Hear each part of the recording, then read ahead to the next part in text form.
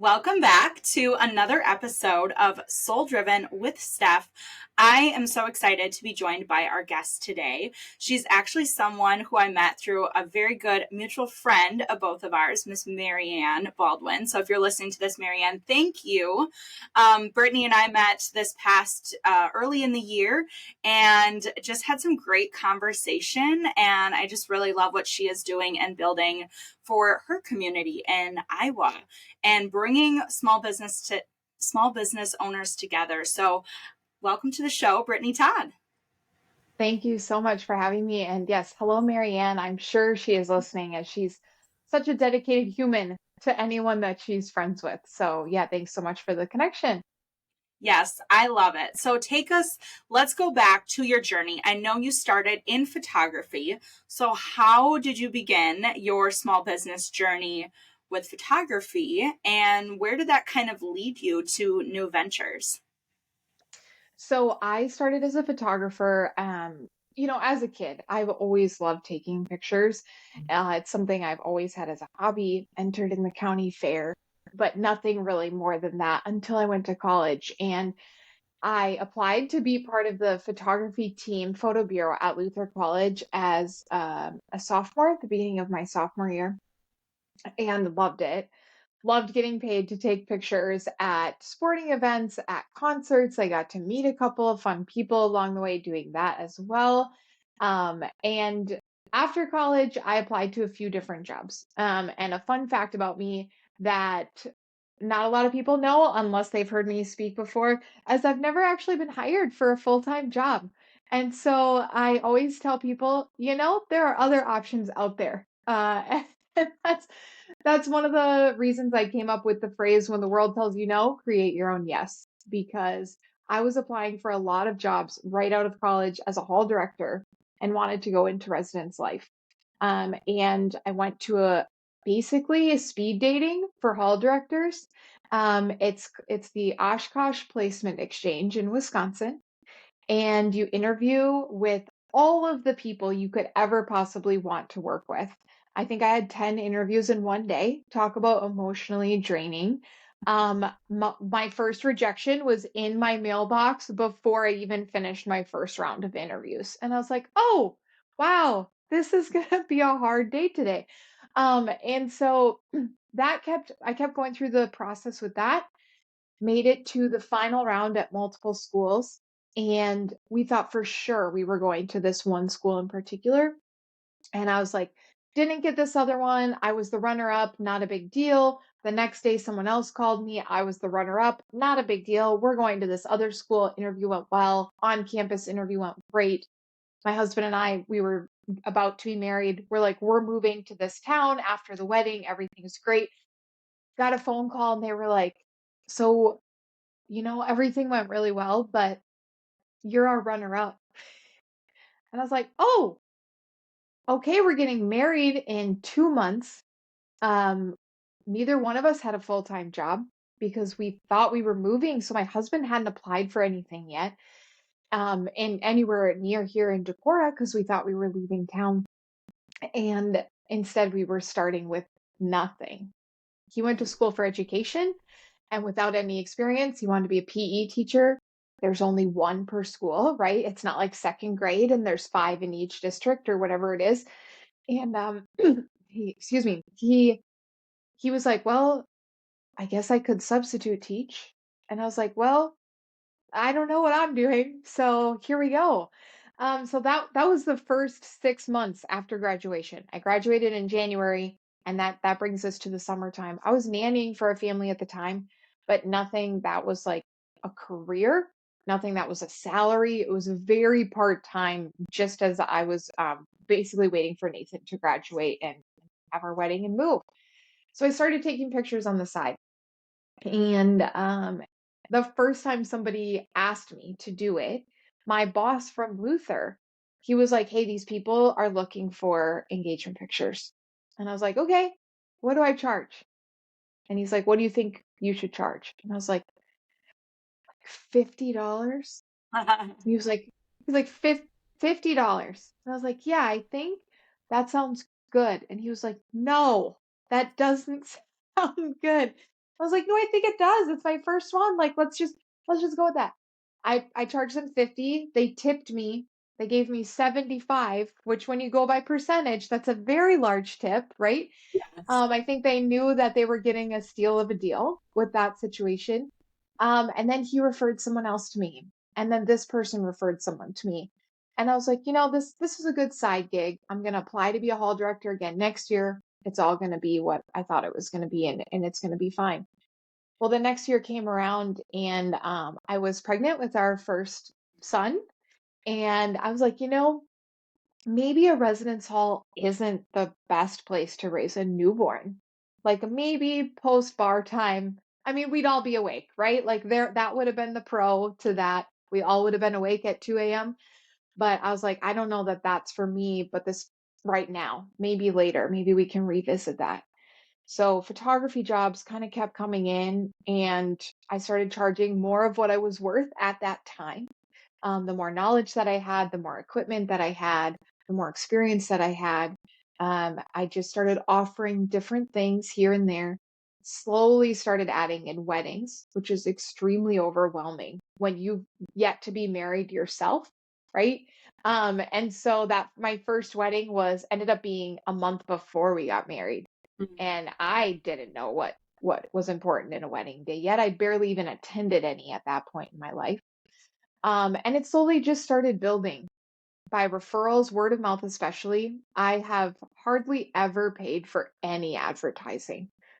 Even Facebook ads, Instagram ads, like word of mouth is just so key, as many small business owners know and come to realize over the years that if you have a customer who loves you, they will tell the world about it. And that is worth so much more than any billboard or radio ad or any, because it's that trust factor. They want to work with you. So fast forward, I was still nannying for the same family through all of this. And I remember the day that I told them, I don't think I can do this anymore because my business has actually become something. And I think I want to do that full time. And that transition piece of I made $50 to I can support my family was Mhm. just like, holy smokes, this is going to be something. And how exciting is this that I didn't know that. And I think that's something to really take note of is people who are just starting something out, you have no idea where that might take you. And just to keep that open mind with it. Because I didn't believe that it wouldn't happen, but I also didn't believe that it would until about 4 or 5 years in when I started seeing more people booking me. Prices were actually something that could sustain our family. And then it just exploded.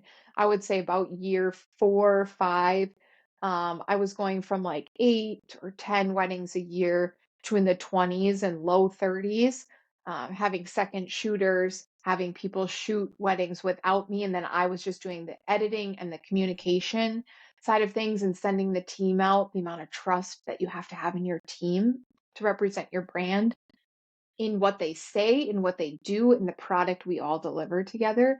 And that went on for a total of 13 years, Wow. which then brought us to where we are today, and wanting to be part of people's stories in a new and exciting way with Reset and the Small Business Conference, which I know we'll get to eventually here. But I learned so much in those first 13 years of owning a business that has gotten me to where I am today in reading people and communicating with people and laying out expectations in advance and not waiting till after the fact to try to make a correction, making sure we're on the same page right away from the beginning. And just the relationships that I've gotten to build with people over those years is something really special. It's my favorite part. Excuse me. It's my favorite part to look back on how many people are my friends now that I met at their family session, at their engagement session, did their wedding, did their maternity, did years of their life. And now we get to live side by side with our kids playing together or going to events together and just getting to be part of that story still. Yeah, that's amazing. And to do anything, I feel like for longer than a decade is just like, I mean, that's when you really start to see the growth that you have personally and professionally over time. So I know that you own a couple of other businesses as well with your husband. Yeah. What made you decide to kind of take on new ventures? So, the first one was our ice cream shop. And ironically, when I had a studio downtown in Decorah, it was across the street from this ice cream shop that was for sale. And I remember very distinctly the day my husband called and was like, "So remember how I've been researching this ice cream shop for my master's degree?" He had to solve a problem with a real business. And he's like, Mm, "I'm going to find a small business. I don't want to help like Walmart solve a problem, right? Like they've got enough people. I'm going to find a small business." So he contacted the owner because the business was for sale for quite a while. And he's like, "Let's see if we can help you sell this business. Like, let's figure out what the problem is." And he called me, and I'm standing in the window of my studio, staring across the street at this building that says for sale, big phone number.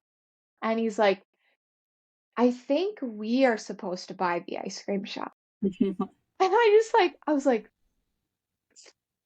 sir, run this by me just one more time.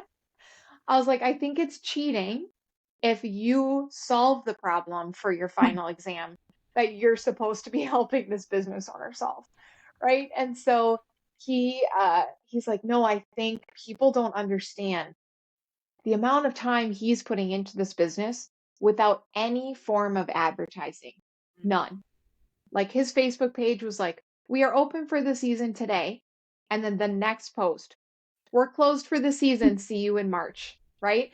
And it was like no advertising, just word of mouth. Again, coming back to that, he had a functioning business for 8 years before he sold it on word of mouth alone in a town of 8,000 people.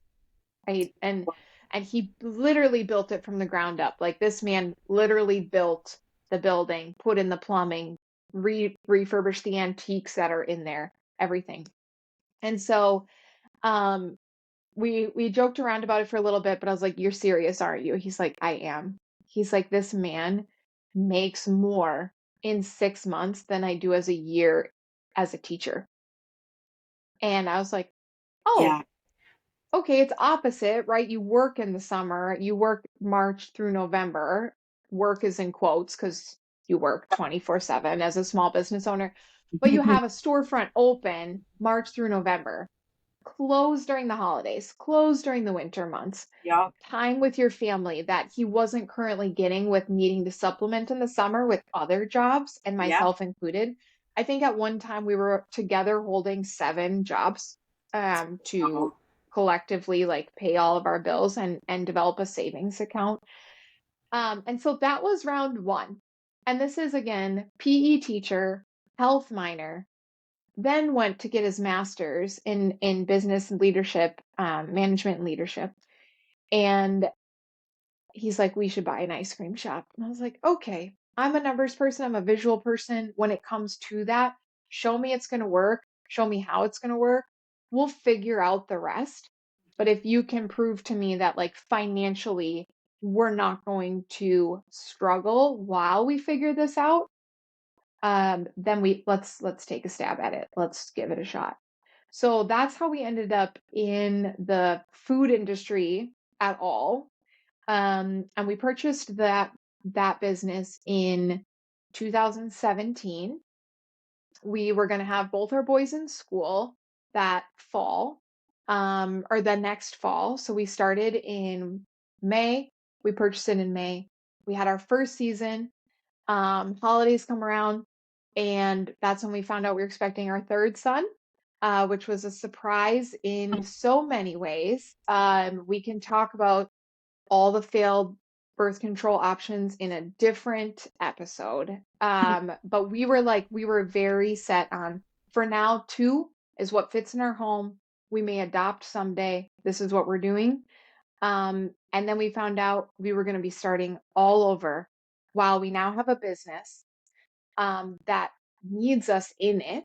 Mhm. right? And needs us doing, I have my studio downtown, again, because all the kids are in school, we can be in our spaces. And we had to navigate that pretty quickly. By the time he came around in August, we were doing our first full season, but it worked. It was, it was some long hours. The boys definitely learned how to adapt to having free time in an ice cream shop, not necessarily something they minded in those first few years of owning it. And then it was a few years later, we had an opportunity to expand it. And we've expanded this shop into a few different ways at this point in time. And when it comes to taking risks without risking success, that the topic for January here, um, we've taken a lot of risks. And at first, I would say to other people, it looked like we risked success. Like, what are you doing? Why are you doing this? Things were going well. Why don't you just keep doing them how you're doing them? Why are you changing it? Why are you trying something new? And to your comment of doing something for a decade or more is a testament to like how much you love it or how much you're willing to try at it. And we just completed our seventh season with this downtown location, but we've expanded it into a college campus location. We expanded it into a different community, and we've expanded it into a traveling trailer that Mhm. can go to festivals and events. Um, One of those things, we no longer have the business in another town. Just at the time of life we're in, that was something that took too much time from our family. It's different when it's a half mile down the street Yeah. than when it is 45 minutes away when Yeah. someone calls in sick or there's an equipment issue or it's snowing and you need to shovel. Like these are things that it's just like, oh, this Mhm. is so different when you're 45 minutes away versus 45 seconds.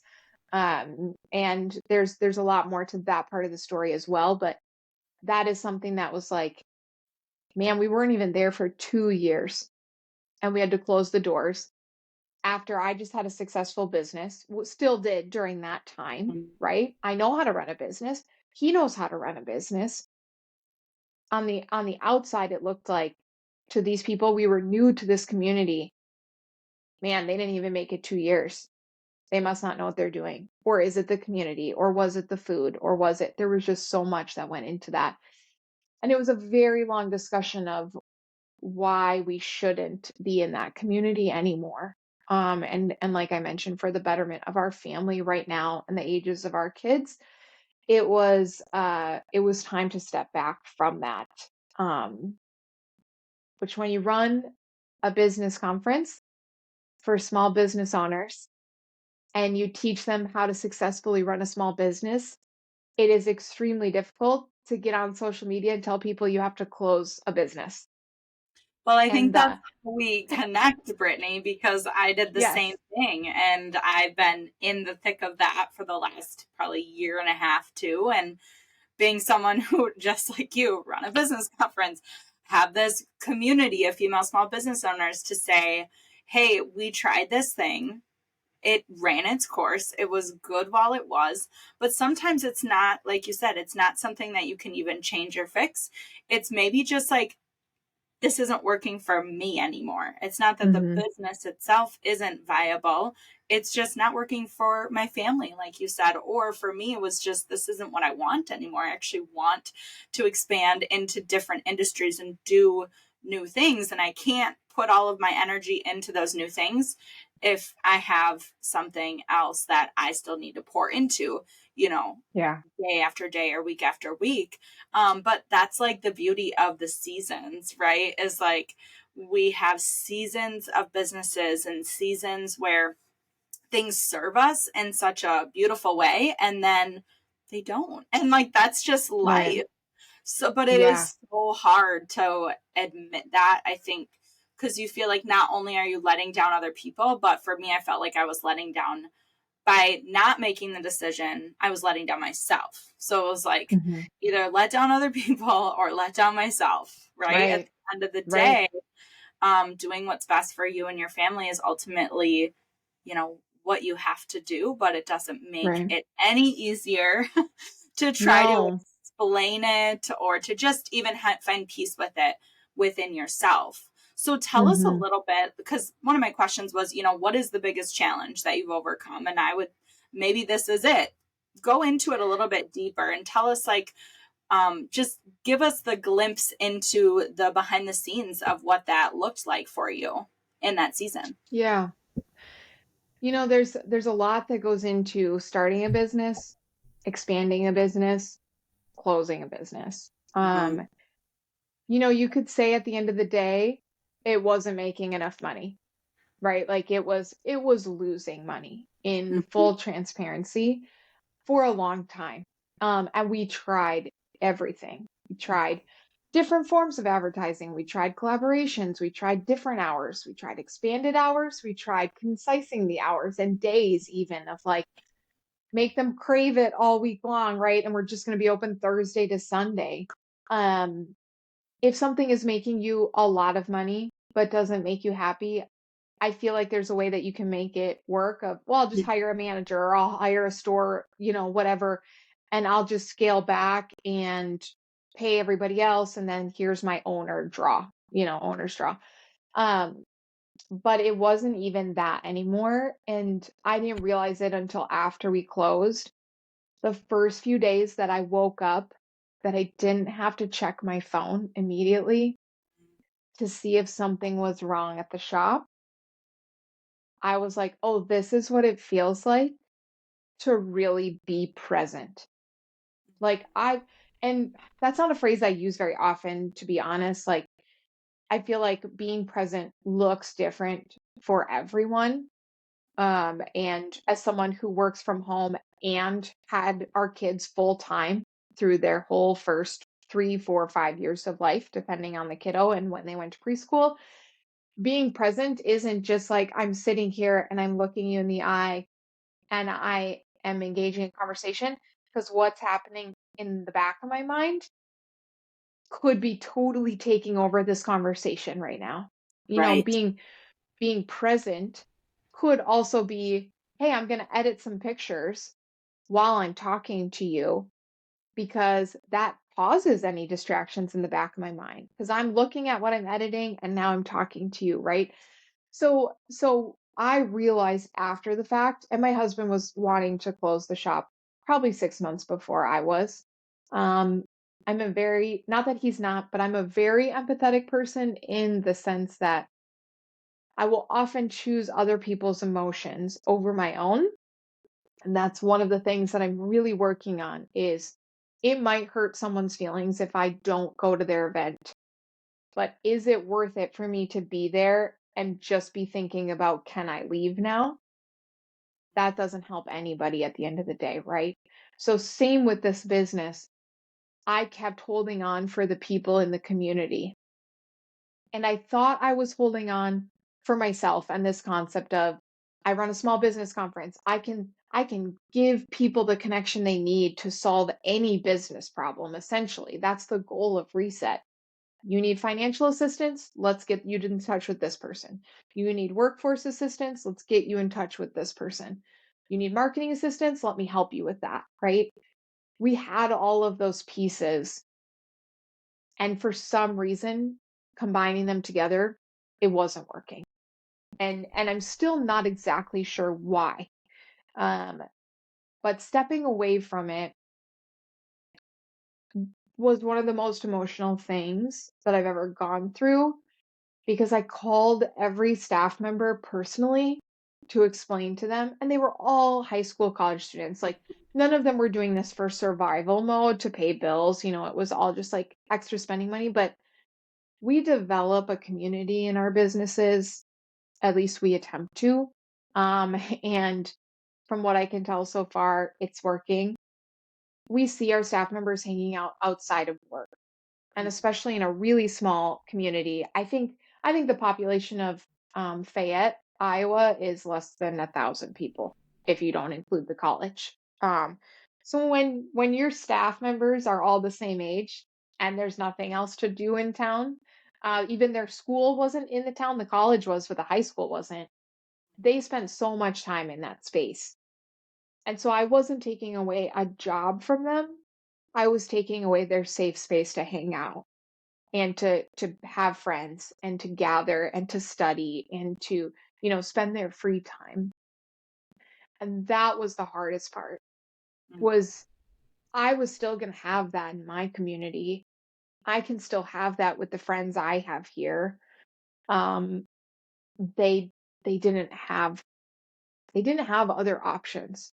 It's like we were the only place in town where you could sit and hang out that wasn't a bar. And so if you're not old enough, B, if that's not your jam, or you don't feel comfortable in that setting, this what you had this space. Or like the library, right? But like I'm not gonna go to the library to hang out with five friends and like have coffee. That's not where you're going to do that. So the the challenge was actually more so overcoming it emotionally Yeah. and ensuring that nobody there thought it was their fault. Of like, well, was I not working hard enough? If I would have not called in sick that week and that customer wouldn't have got mad, whatever stories they told themselves, I'd like to think we did a good job navigating that and making sure they were all aware of like, it's not any one thing. It's not just the finances. It's not just who's working here or do we have enough sets of hands. It was just such a combination of all of the above. That this is probably one of the first times I've talked about it without crying. Well, that's great. And that shows like that healing. I call it like the healing journey of the entrepreneurial trauma because it is a real thing.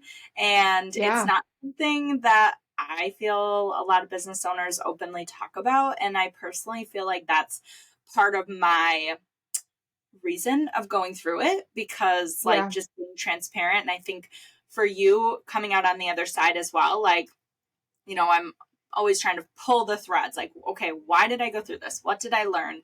How can I use this to help other people? And I think that's what it is, like, to show that, hey, I've gone through really dark seasons of small business ownership and I came out on the other side a better person. I'm not bitter about it. I grew hmm, through it.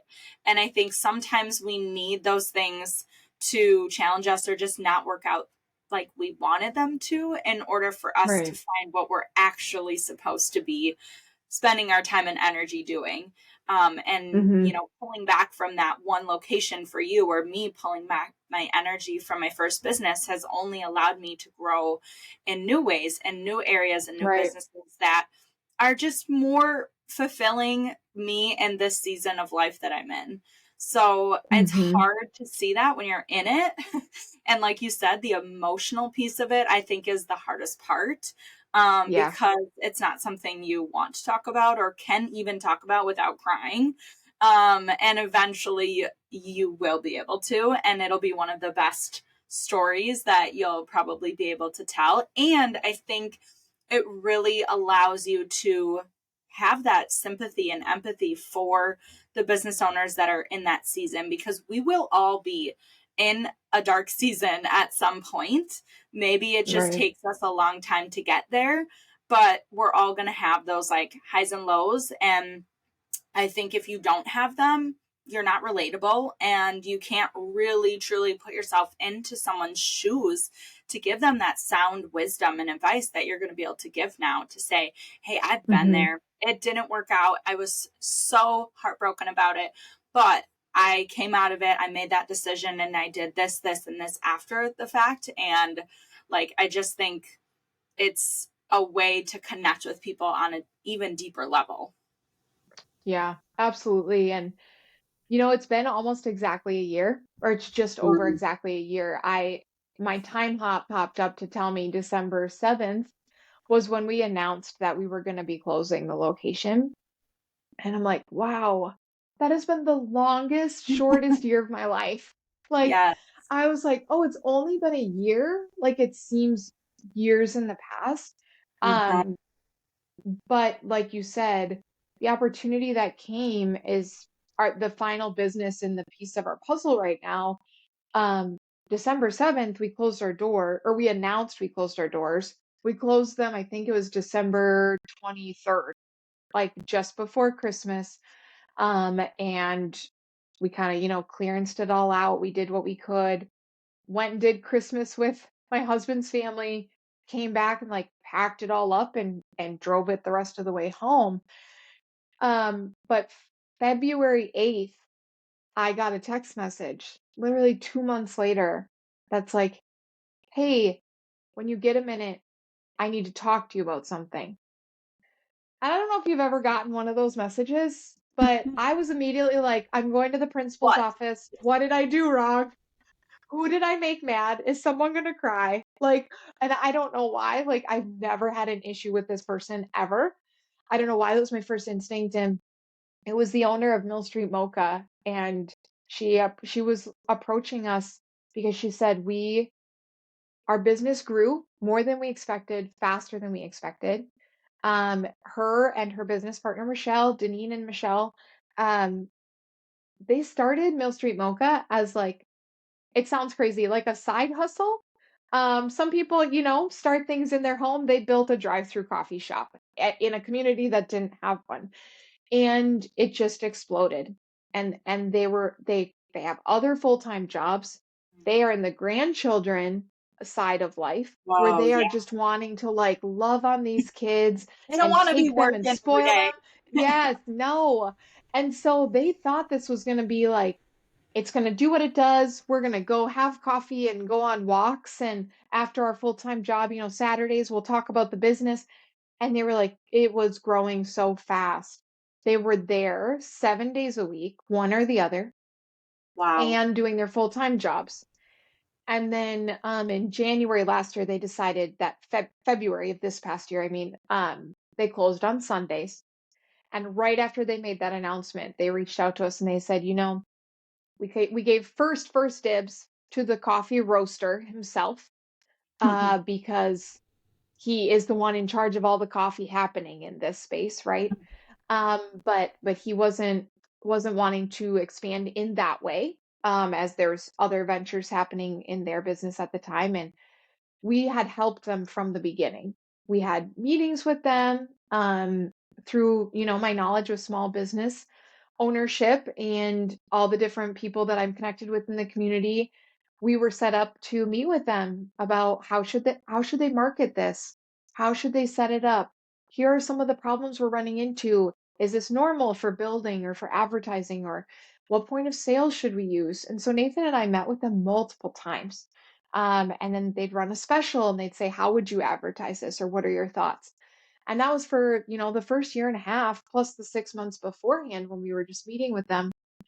And so for them to come to us 2 months after we just closed a business, and I'm like, everyone thinks we're failures and doesn't know how to own a business. And they're like, hey, actually, do you want to own a new business? And I just was shocked. I responded to her phone call and said, this isn't how I thought this phone call was going to go. I thought you had a question on marketing. Um, So I'm gonna need some time to talk to my husband about this because, right, this mental load that just got lifted in December was about to be back on my plate if I said yes. Waking up in the mornings to a business that is functioning, perhaps before I'm awake on certain days, and that's not anything that I'll hide, right? There are people who open the shop without me. Um, am I ready for that again? And Nathan from the beginning has said, we can do this. We, in quotes, in the sense of, I can do it. If I want this, it is mine and I will do it. His job is payroll, sales tax, and, like that financial side of things. Um, Not because I don't want to or don't know how, but he already does that for our other business. And again, it's the same point of sales because we helped them set it up 2 years ago. And Easy. so yeah, he just goes in and he pays payroll for this one, switches businesses, pays payroll for that one, right? So that's his side of it, but all the rest of it is on for me to have responsibility of. So the hiring, the training, the ordering, the specials, the marketing, It's a lot. It really is. But I have such an amazing staff, and they all came with the package, right? They all had choices. Obviously, they weren't like, you have to still work here. But we had a lot of conversations in advance, especially with the two managers. There were two at the time. We only have one. She was very open about that. It will have nothing to do with you guys. I've already been looking for other more permanent full-time jobs. And so I knew that was coming eventually. I didn't know it would be as quick as it was. So that was a little bit of a shock, but she's like, I'm gonna stay with another month so that you can train people, have time to get your, feet wet a little bit with what's happening here. And she's like, and then I'll be starting at the beginning of the school year in a school system. So I had her for about 7 weeks before I had to rely on the then assistant manager. And we joked, my first meeting with her was, so this is going to go a little different than we both thought, but are you ready to be the full-time manager? And she kind of laughed and she's like, I had a feeling that's what you were going to say. And so she's doing amazing. Her name's Madison. I call her Maddie. I still ask her questions on a weekly basis. Should we have more than 2 bottles of this on hand if we're going to run that special? How quickly does that go over? Everything is my first time. I might know how to run a business. I might know how to market a new product, but I don't know what people ask for in this drive-through in particular. I'm like, do we really need orange mochas? And then 5 minutes later, somebody orders an orange mocha. And I'm like, okay, we need orange mochas. Those are a thing. I didn't know, right? And so it's just great to have her to rely on. But had we had the shop last that we had in December, when they Right. asked me this question, it would have been a hard no, not a Yeah. chance we could add anything to our plate. And the crazy part of the connection with all of it is our campus location serves coffee and ice cream and food. And so when we left our Fayette location, we were using the same roaster that I have at Mill Street Mocha in the drive-through. Well, when we brought coffee to the campus, we conversed with the roaster, we conversed with Mill Street Mocha, and I said, we want to use you as our roaster, but I don't think it's fair to compete in quotes, with the same roaster when you already are using it at Mill Street Mocha in our community. And he agreed, they agreed, we're just going to have to find something else. And it's not that I don't want to use him and Euphoria's coffee, but we always said we wouldn't compete with other people in our community in that way of selling the same product. And Mm. so we went to a different roaster for a while. Well, now that we own Mill Street Mocha, we are our own competitor, right? So we're using that same coffee on campus. We're working with the same roaster we worked with in Fayette. We're doing the same line of products we were doing in Fayette. I didn't have any coffee knowledge before Fayette, no, at all. I barely even drank coffee. So I had to learn what it means to pull a shot, to tamp something, to use a portafilter, like words that sound so foreign if you're not a barista. I had all of that training with the same person who helped train and open Mill Street Mocha. And so this full circle concept of Total like, full circle. oh, now I understand why we were only there for 18 months and it felt like it was for nothing. And we let all these people down, and this weight was just on me, lifted for a moment in time, but still not sure why this happened. And it's like they just answered that question for us, not even, I don't think, fully realizing everything I was going through at that time. Yeah. And so yeah, now all like half our vendors are the same at our college campus, and here it's now Sugar Bowl featuring Mill Street Mocha. It's a collaboration of our two businesses together in one space. Amazing. And like you're saying, now when I teach, I can teach from the fact of, yeah, to other people, it looked like I failed, right? It looked like, what are you doing? You couldn't even make that work, and now you're going to teach us how to make something work. And it's like, I don't have all the answers. You can't come to reset and expect that I am this like end all be all. I know everything and I can answer any question. I can brainstorm with you over any Mm. question and I can connect you with others who have done it if I haven't. Right. But adding that section on to life now of, yeah, I thought I failed too. But when people say that it's not a failure and it really is happening for a reason, it sucks when you're in it. There's no hiding that. It was horrible, right? Mm. It was not something I would ever want someone to go through. But when I can stand up in front of people and tell them that and show them like the emotion that is still linked to that a year later, and I'm sure will be, and then have someone come up to me and say, I had a business fail as well, and I was afraid what people would think if I started something new.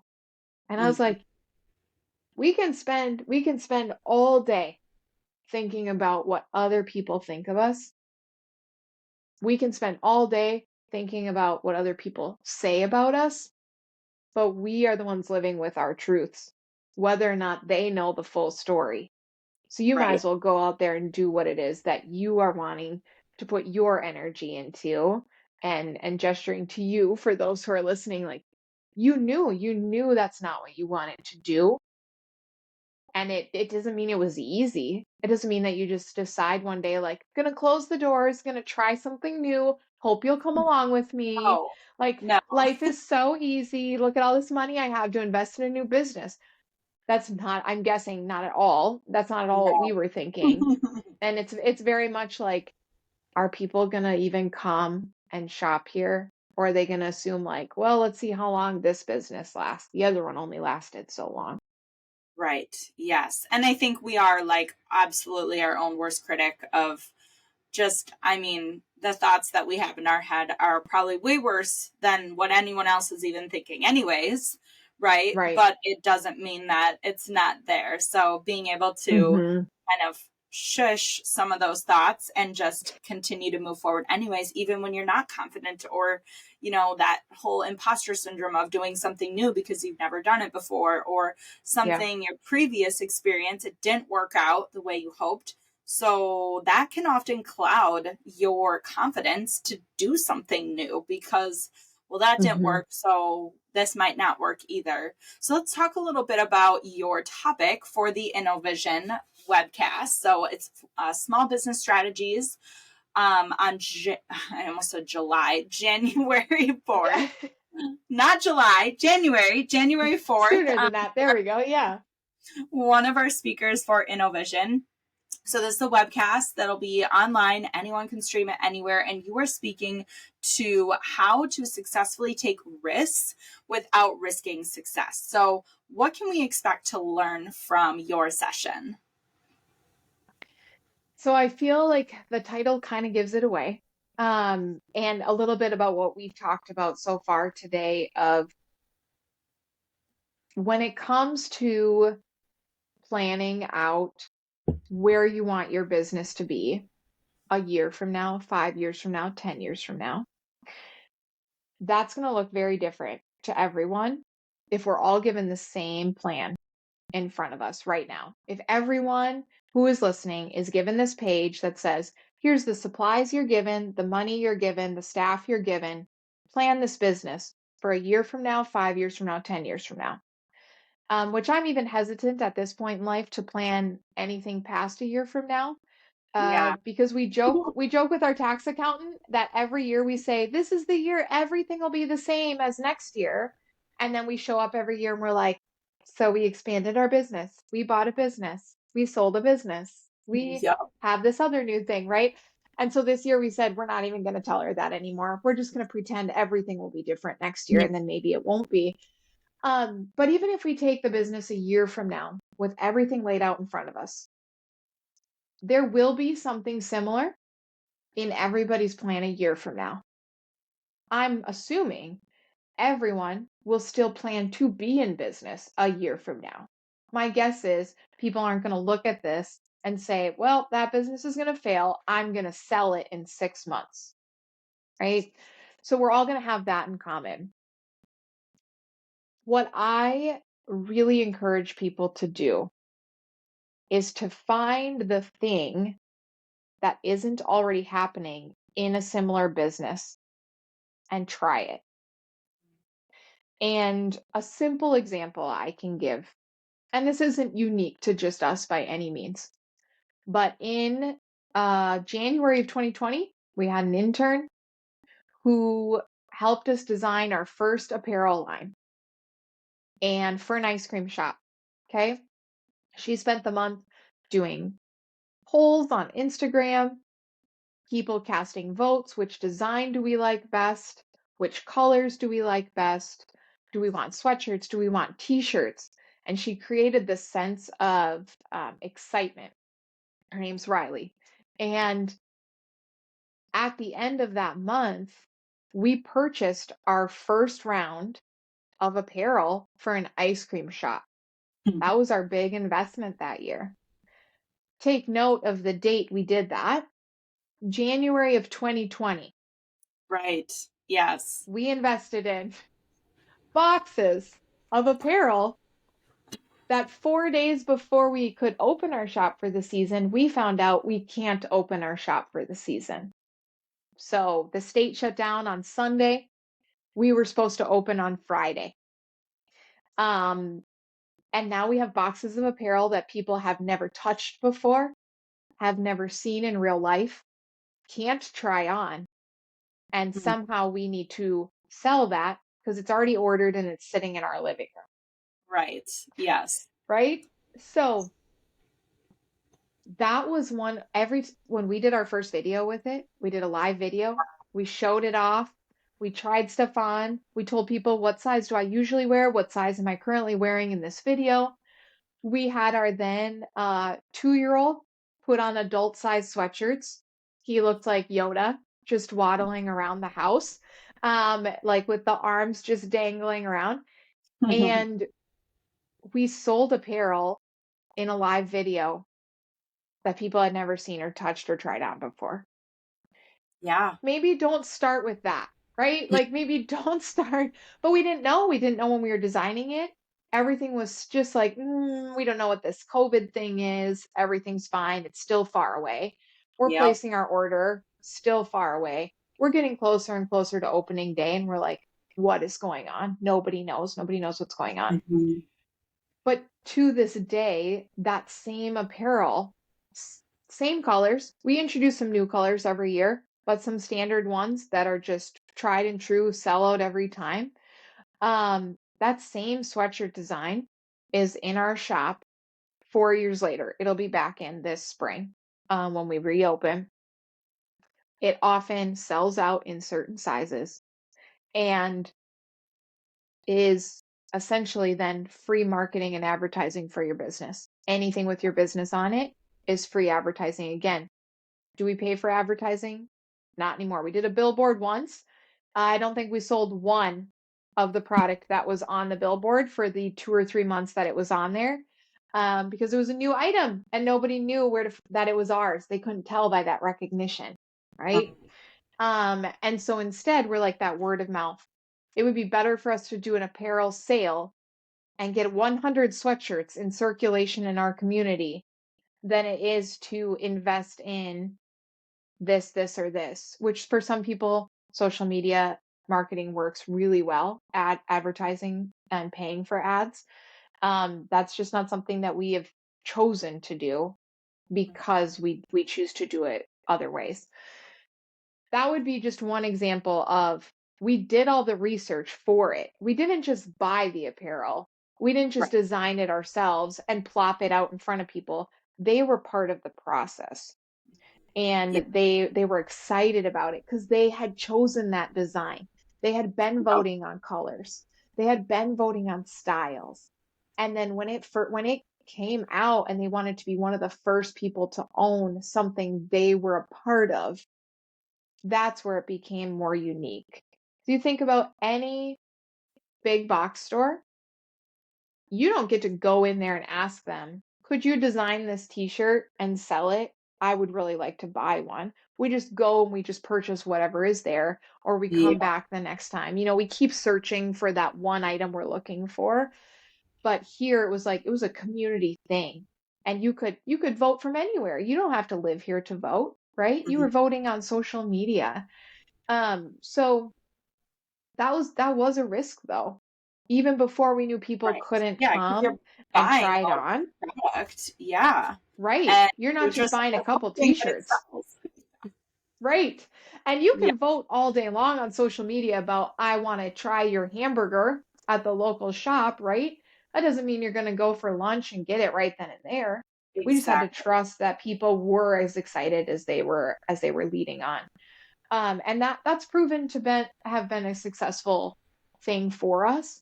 Um, Now, when it comes to what did we do with our other business and that risk that went into that, sure, looking back, I would absolutely still do it that way. And I don't think we could have done any more research than we did. We spent quite a few months touring the community, talking to people in the community, asking people what was missing, what food items do you want, what hours do you want. We didn't just show up, open a shop, and hope people joined us. But what does that look like in your community? Right. Um, Well, I love what, that yeah. piece of gathering feedback, right? We've been talking about this a lot with Small Business Sister Circle because so often I see, and I've done this myself in the past, I've made the mistake of just putting something out there that I think people want, right? Or packaging it in a way that I assume they're going to want to receive that product or service. And then the response is not what I hoped it would be. And instead of just Mm-hmm. quitting and saying, oh, well, that stinks, I guess I'm just don't know what people want. Well, ask them, like actually ask them what they want. Could you repackage something that you already offer in a way that would drive more revenue or that would, Right. meet that demand or need that people are actually looking for? So if we're not actually asking what people want, we have no idea. We're just kind of like, flying blind, really, which I think we all do in the first few years because we don't really know For what we sure. don't know. And, we're just winging it. But as you get further into business and you start to, develop strategy and take bigger risks, right? The further you get into it, the Mm-hmm. bigger the risks are going to be. Like, you have to do your research. And the research isn't Right. just, Googling this or that or statistic.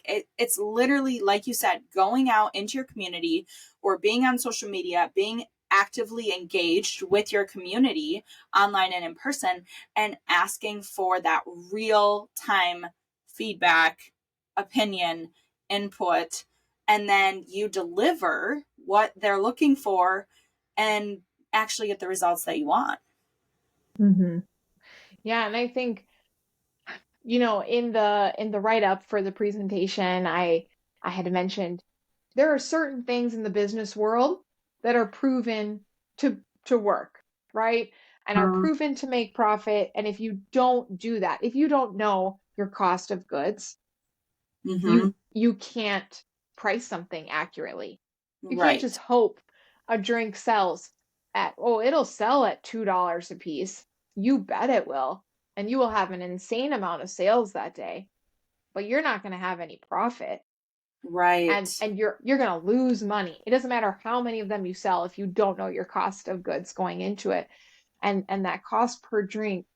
So there are certain things that they are tried and true. They work. That's how people are successful. But what can you personally alter and change and make your own along the way? We're a drive-through coffee shop that sells pulled pork sandwiches. I love that. And right? Like Love and I pork. had someone I had a student who's working with me right now, and shout out to internships, and that is something else Uh, that can be considered a risk, and perhaps that'll be worked into the January 4th yeah. presentation, because I cannot say enough about internships. I mean, that's how we got our apparel line, Mm-hmm. designed by an intern, all of that information collaboratively, of course, but she spearheaded it. One of Mm-hmm. the first things that our intern we're working with right now, who's doing the financial side of an internship, he said, I can't wait to hear why you have pulled pork sandwiches at a coffee shop. That's a drive-through coffee shop when other people have just drinks. Like you're just there, you get your drink and you go on your car, your car ride, your trip, your going to work, whatever that is. And I was like, oh, I responded back, let me just tell you, if I take this pulled pork off the menu, there's going to be a riot. Same with Barb's potato salad. Barb is literally the creator and maker of the potato salad. I believe, I won't say her age in case she doesn't want to share that, but she's somewhere between 50 and 100. And so Barb's potato salad, is good because Oh it's like yeah. when you go to a church picnic, right? Like you Yes. look to see who brought what. And that is Barb. She's amazing. She puts her own little flair and touch, and I swear it's just like made with love, and that's what helps sell it, right? But we have people who come through the drive-through of a coffee shop and only get Barb's potato salad, and they go on their way.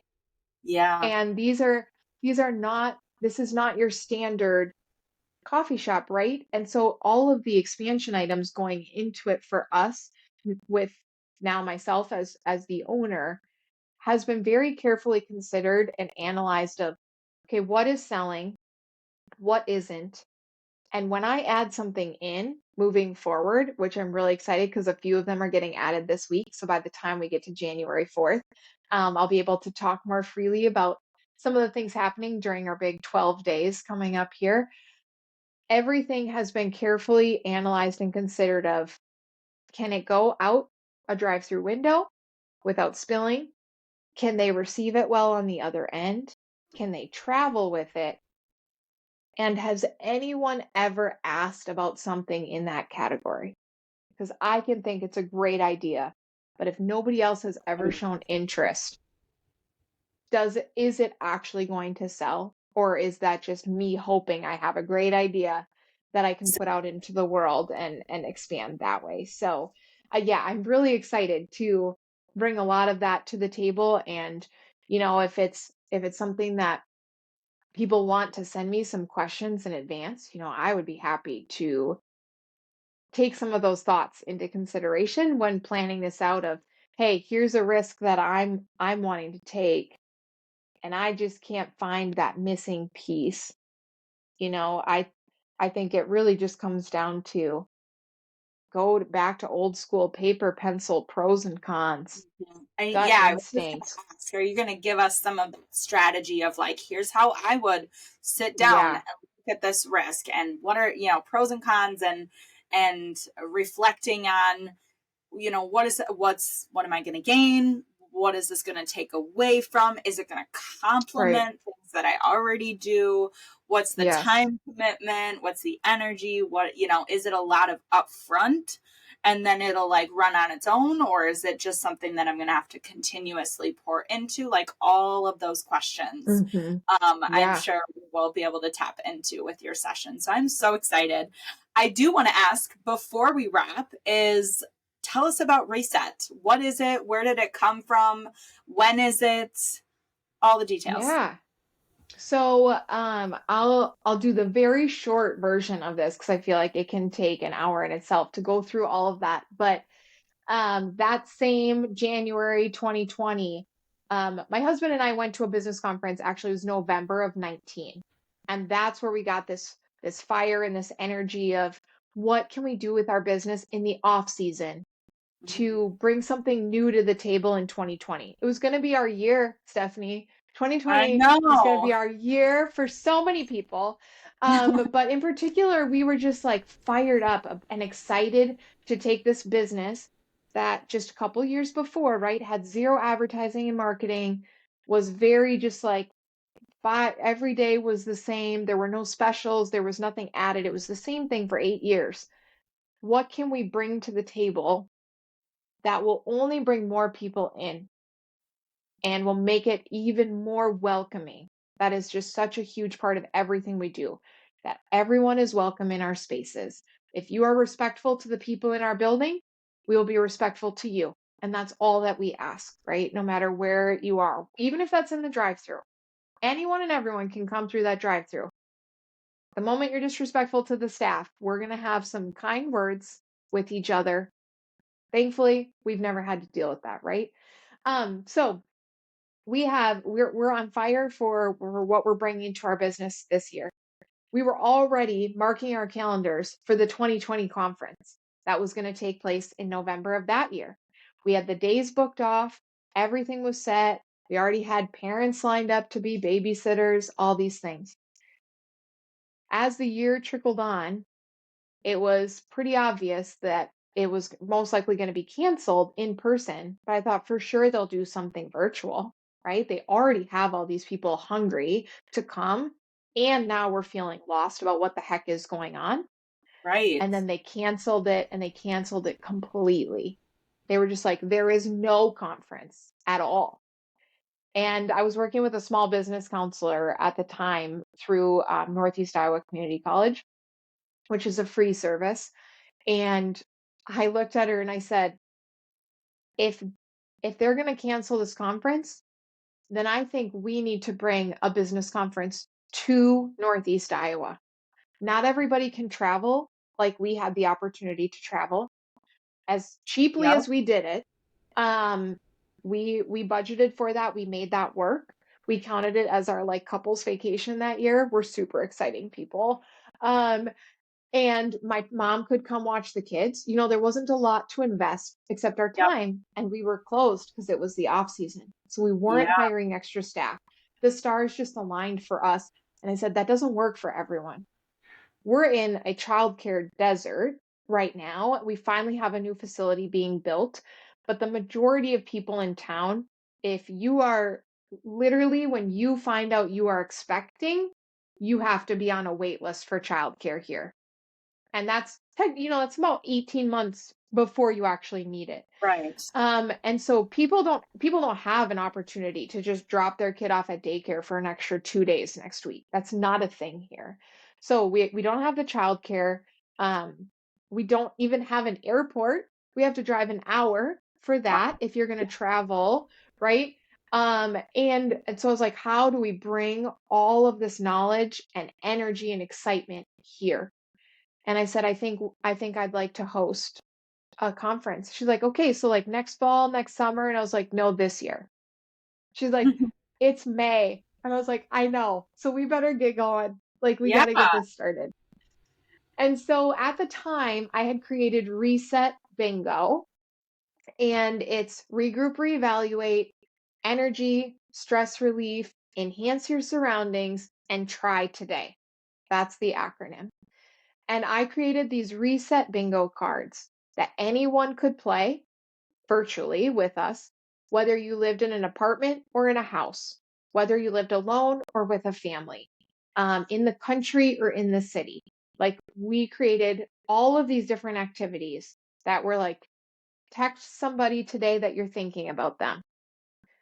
Set up a virtual meeting with your best friend from high school, even if you haven't talked to them in how many years. Like, it was just all these different ways to communicate and stay connected. And we went through all of these different things. What would we call the conference? What would its purpose be? What's its branding going to be? And I said, you know what? Why start something new? I already have these followers following this reset bingo game that we're starting. I said, I think let's just do that. Let's just go with it. Yeah. She's like, okay, let's go with it. So it was all these different ways that you could reset your environment at home because it sucked. Like, there's no way around that. 2020, especially if you lived alone, was extremely difficult for a lot of people. And even if you didn't live alone, not everybody got to have this like hang out and play with your family and, do these fun things at home.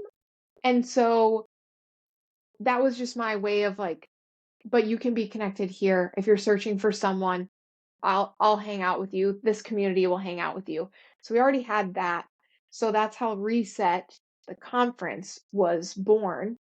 And full circle, Nick Yost, who is the roaster for Euphoria, he was one of my very first speakers, having no idea that in 2021, he would be roasting coffee for our shop in Fayette. And then in 2023, he would be roasting coffee for my now drive-through coffee shop. Yeah. So just another full circle moment. And I had him speak about building community in his workspace because of the first Yeah. experience I had there. And so it's just amazing to have it all connect later. But it's the purpose of Reset is for me, my first business exploded, as I mentioned, year 4, year 5. What if it had been year 2?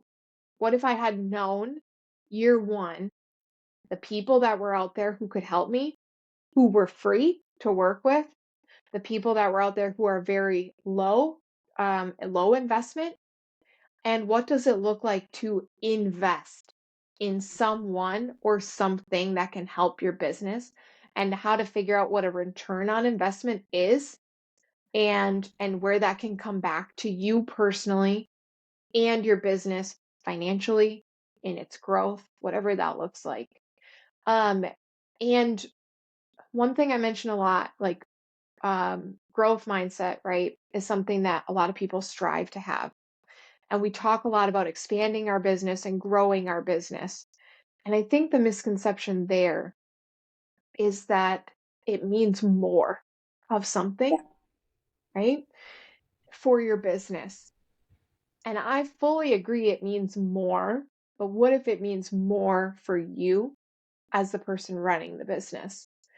And so when I come up with these ideas to grow or expand the business, it doesn't always mean more products, more hours, more staff. Right now, my biggest goal is how do I get more time with my family without sacrificing the quality that I am putting out into the community through the business. And Yeah. so that's where that transition of photography, that's nights and weekends. Yeah. I That was is like, when people are that getting is. married. That's when they're taking pictures, right?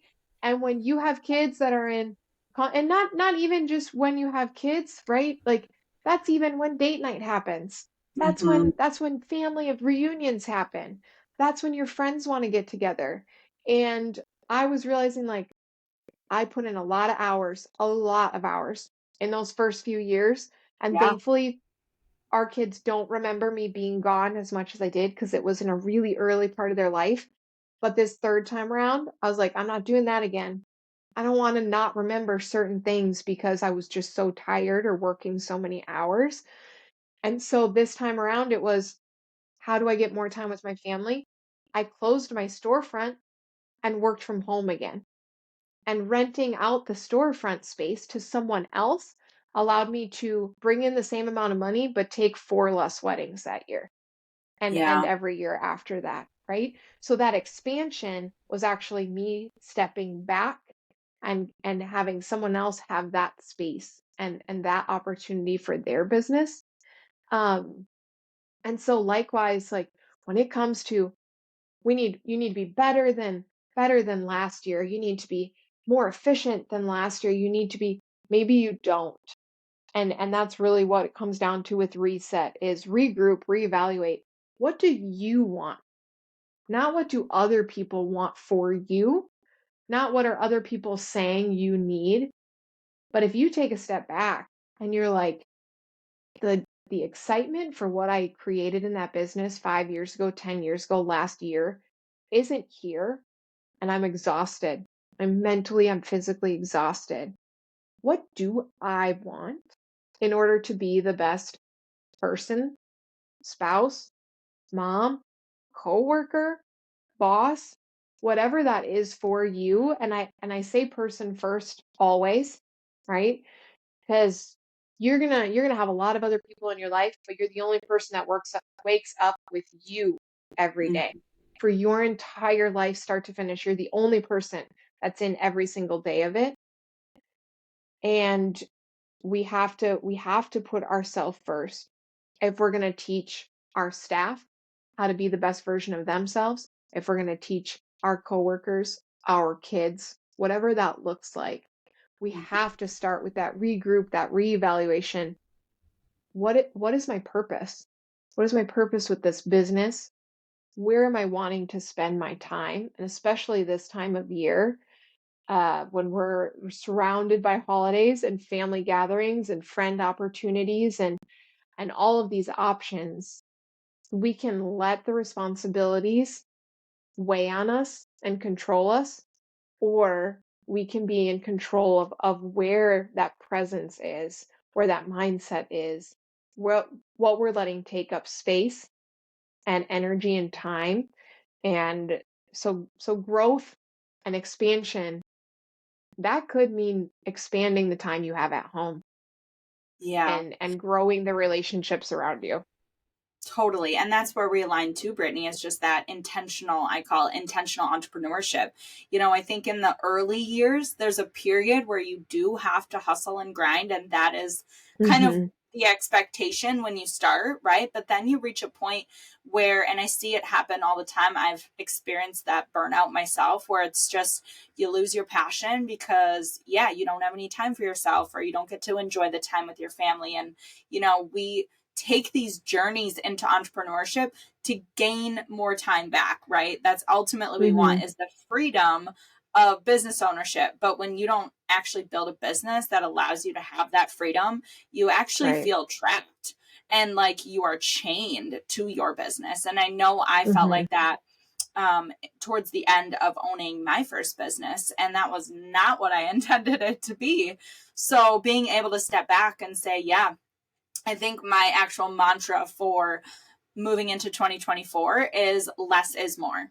Like, I want to spend Yeah. less time working and have a greater output, right? I'm still going to Hmm. have a large amount of revenue and sales, and profitability is huge, right? It doesn't matter how much money you make if you don't have a profit margin that is good and that you can live on, and not just live on, but to grow and do all the things that you want to do and set out to do with your business. So I love Hmm. that piece of just knowing what, like you were saying, asking yourself, what does success look like to you? Because it's Hmm. going to be different than probably when you first started your business. I mean, I was Yep. 20 when I started my first business. You were probably around the same age when you started Yeah. photography.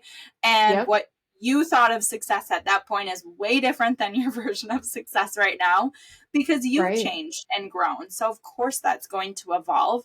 So, not only taking it from that perspective of like it's not the same as what you originally had, but also everyone around you, right? Our version of success is totally different than the person next to you or the Right. other business owners that you spend time with, or maybe they're not business owners, but just knowing what that is for you is so important. So, I Definitely. have one final question, and Okay. that is, what drives your soul today and what do you get up for each morning? Oh man, that is a great one. I There are so many different ways to answer this question. And I would say one of my favorite things that I've really taken time to embrace over the last year in particular is I was never a runner. Like I would be the joke of like I'm running because something is chasing me.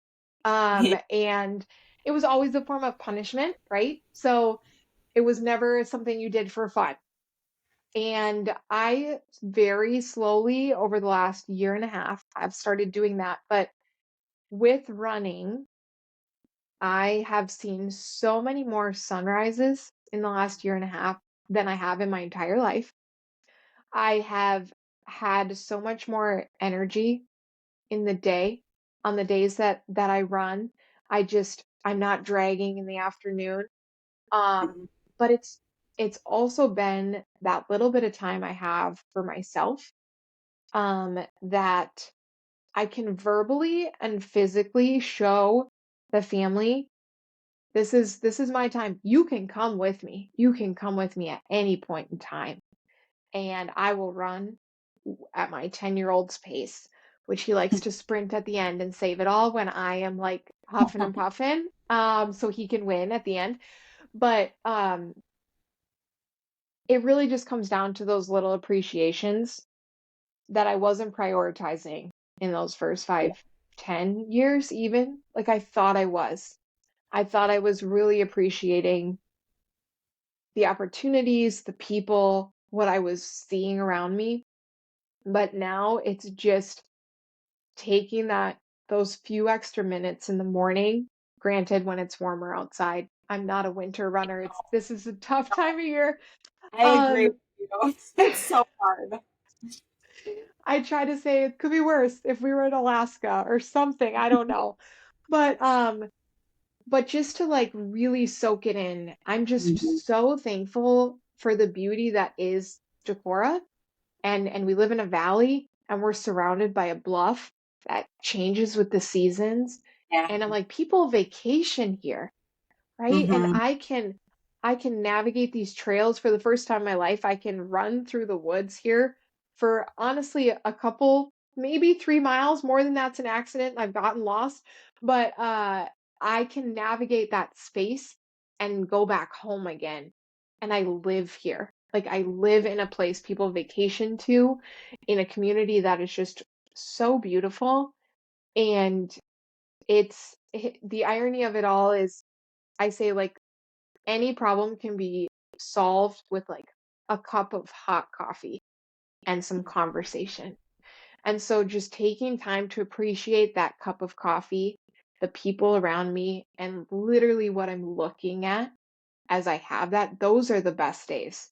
And that Yeah. doesn't happen every day. I'm not living this magical world where like my kids skip to school, I put my feet up and like drink a cup of coffee at home. But the time that I can take sitting like looking at the Christmas tree right now, with the Hmm. lights on because the sun doesn't rise till 7:30 in the morning. No. Um, but the choice is that the choice is to be like, Yep. oh, it's dark till 7:30, or I can look at my lights in the morning and at night, and they look Hmm. so beautiful because it's still dark outside. I can Exactly. I can look at I have my Cheers cup. I chose intentionally for today, I love because it. that's how I sign all of my emails. It's just like cheers to you, to what you're Yes. doing, no matter what's in your cup, right? Like cheers in whatever way works for you, and I'm here to cheer you on, to literally cheer you on. And likewise, this cup faces me as well. It says cheers on both sides, and it's like we got this. We got this day, we've got this moment, embrace it. They're not always peaceful. The days don't always go the way that we want them to, but man, if you can take a moment to just really soak something up today, I hope that improves everyone's day just for those couple of seconds that you get to do it. Yes, I love that. And I love that we have both taken up running within the last year. And I agree because I live in La Crosse and we have very similar Yep. like beauty in our space as well. Yes. Running through the seasons. Oh, fall was my favorite. Like just taking it in. I have had more insights and like intuition ideas and things come to me while I'm running Hmm. than like Absolutely. it's like that time where you shut your brain off of like the problems or the things that are like worrying you and you tap into that like higher self and whatever you believe, God Yeah. or universe. I've gotten so many hits of like inspiration while I'm Yeah. running and I am so grateful for those moments as well, and I Yeah. want winter to be over so that I can get I outside know. more. If you But can figure out how to take notes while you're running, please let me know, because that is the one downfall. The best ideas. It's like when you're sleeping, right? At night, you like wake Mhm. up and you're like, "Where's my notebook?" And then you fall back asleep and forget to write it down. I am like always in the middle of nowhere with like barely reception to even take a note on my phone during that time. And I'm like, dang it, do I have to start running with like a mini notebook in my right. pack? Like, I totally agree. Those are some of the best. And like you said, you just take that moment to just clear your mind. I might be upset about something, excited about something, but that little boost, that adrenaline rush that like Yeah. gets me out there. And I just want to also say for people who are listening that are like, I will not run unless my house, like whatever it is. Um, it doesn't have to be, we are not sprinting. I mean, maybe you are. Maybe you are I sprinting. mean, I would hardly call myself a runner. I'm more or less doing it for the enjoyment of getting outside, spending time with my dog. And like I said, I'm loving these hits of inspiration that I'm getting. So Yeah. yeah, Yeah. I just think I just there's encourage people to try it, right? Like as you were saying, like, or walking any every sort of day. movement. Yeah. Yes, like understand that I am not running at a pace that is going to win any races. And my husband will often ask me like, "Oh, how far did you go today?" Or and I just say I don't know because Yeah. I don't want to be discouraged that it wasn't quote fast enough. It wasn't far enough to call myself a runner. And I think that's another misconception of who's defining that? Who's defining what a runner is? Who's defining what an athlete is at this point in our adult lives when we're not part of organized teams anymore? Like, you can be a runner and not run marathons. You can be a runner and not train for anything.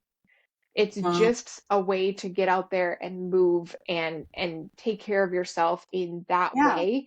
Um, and yeah, know that there's no one's watching how fast you're running.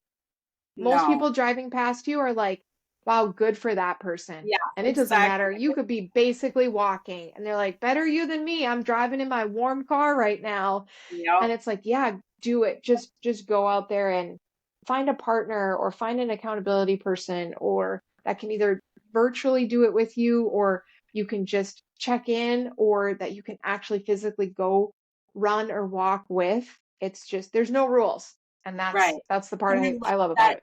it's something that for me, and you probably feel the same, is that I've taken up this challenge physically and mentally at age 30. Like, you don't have to Yeah, be a certain age to try right. something new. I just heard like a statistic the other day that was like, by the time you're 30, what was it? By the time you're 30, 85 to 90% of people will never sprint again in their entire life by the time you're Wow.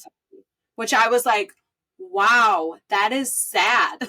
Like, I am Yeah. not be in that percentile. Like, I'm going to be in that smaller percentage of people that is challenging myself physically.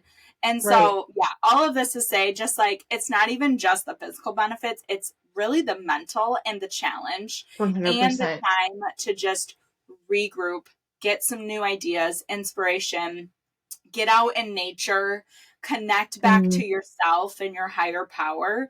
And I love that we have that in common. So this was Yeah, such a definitely. fun conversation, and I'm so Yeah. excited to be part of Innovision on January 4th, sharing more wisdom and experience with us. So, Brittany, where can we find you if we want to So you continue? can, yeah, absolutely. You can follow me on social media on Instagram and Facebook at Brittany Todd Official.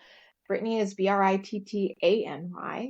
TODD official, and my website, brittanytodd.com, and or via email, reset Iowa spelled out at gmail.com. So any of those ways you will get to me. If you happen to instead find Mill Street Mocha or Sugar Bowl, that's also me. So you can find me on all the platforms. I will message you somehow back and we can connect that way. But I'm definitely looking forward to the 4th and the incredible lineup that you have planned. So thank you so much for today and for the invitation on that.